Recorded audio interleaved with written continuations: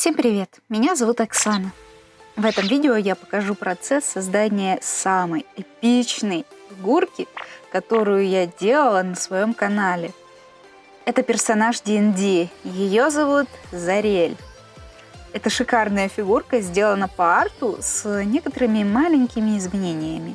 Я сделала много набросков с позой и выбрала наиболее подходящую для фигурки. Каркас – это одна из самых важных частей для фигурки.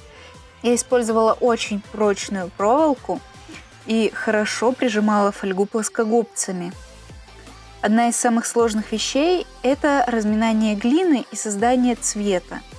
Я смешивала уже цветную глину с помощью пастомашинки и сразу лепила из нужных цветов. Кроме огня, конечно, но это вообще отдельная тема. Он полностью из эпоксидной смолы, там все так раскрашено, вообще сложно. Долгое время у меня была проблема с подставками для фигурок, так что я использовала просто тупо кусок пенопласта. То есть какое-то время просто не на чем было, у меня не было даже каких-то идей, на чем можно лепить и на что ставить фигурку. Очень неудобно, ни картон, ни пенопласт неудобный. Лучшее решение это, конечно, какой-то комок фольги, типа того. И в итоге мне все-таки сделали, я попросила, и мне все-таки сделали прекрасные такие подставки из дерева. Они были обработаны, и теперь я радостно могу лепить на подставках из дерева. Я смешала глину среднего цвета, а потом создавала разные оттенки с помощью пастели и кисточки. Для зубов я использовала полупрозрачную глину, а потом сверху уже добавила губы, и вот когда уже все запекла там, добавляла рога, уши, и вот это все уже в самом конце. Вырезать трещины на теле было довольно приятно. Я даже купила инструмент для стоматологов, чтобы было проще это делать. Я смешивала глину и сделала плавный градиент на пастомашинке для копья и меча. Оружие тоже должно было быть в огне, и нужно было показать, что оно как бы раскаленное. Но копье у меня получилось только, со второго раза.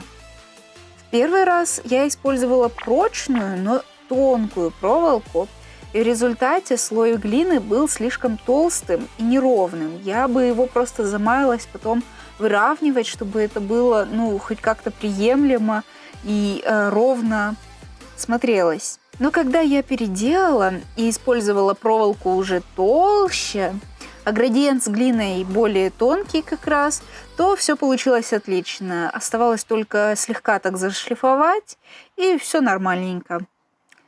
Лицо – это очень сложная и кропотливая работа в принципе. Нужно часто отвлекаться, проверять симметрию зеркала и чередовать работу, чтобы не замылился глаз. То есть полепил немножко, отложил работу в сторону, полепил что-нибудь другое или пошел погулял. Это лучшее решение, когда лепишь что-то такое мелкое и сложное. И только после запекания лица я успокоилась. Это очень страшно, что оно может повредиться, пока оно мягкое.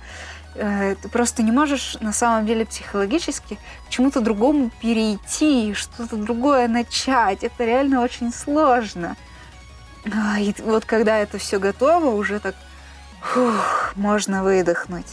Крылья на первом этапе я сделала из полимерной глины, а огонь для копья и меча из пластилина. Затем с этими мастер-моделями я сделала молды из желатина. Они одноразовые, дешевые, но приходится повозиться. Так что они хорошо получились только с третьего раза. Потом я залила в эти молды эпоксидную смолу, подождала немного, и вроде все неплохо так получилось. Разумеется, цвета были однотонные, такие блеклые, не очень красивые, но зато она прозрачная, и это реально похоже на огонь. Это очень меня порадовало.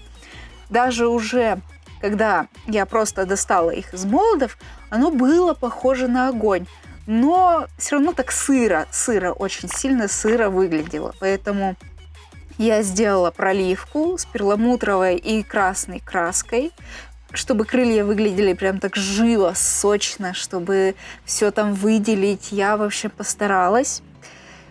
Ну, пока глина была не запечена, я там покрывала ее еще сухой пастелью, делала разные проливочки вот этой пастелью, оттеночки разные.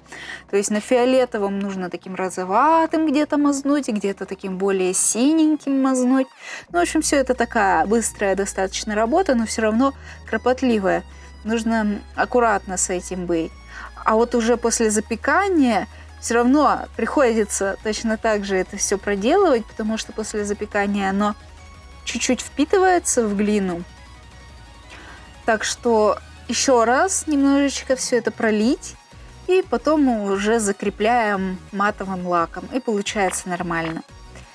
Я сделала руку с мечом и крылья отдельно, чтобы их можно было легко снять, чтобы можно было легко перевозить. И мне же нужно было все это упаковать на самом деле, все, чтобы было отдельненько и хорошо скреплялось потом уже, наклей там, и закреплялось само собой. Вот. И для упаковки я использовала пластиковый контейнер. Нужно очень много пупырки, каждую деталь обернуть отдельненько. В общем, это было очень круто. Мне так понравилось работать над этой фигуркой. Конечно, на самом деле лепить сразу из цветной глины как-то сложновато, да еще и покрывать ее потом пастелью. Все-таки сейчас я понимаю, что удобнее гораздо делать это все с аэрографом. Ставьте лайки, жмите колокольчики, заглядывайте на Patreon, группу ВК и все такое. Спасибо за внимание. Пока-пока.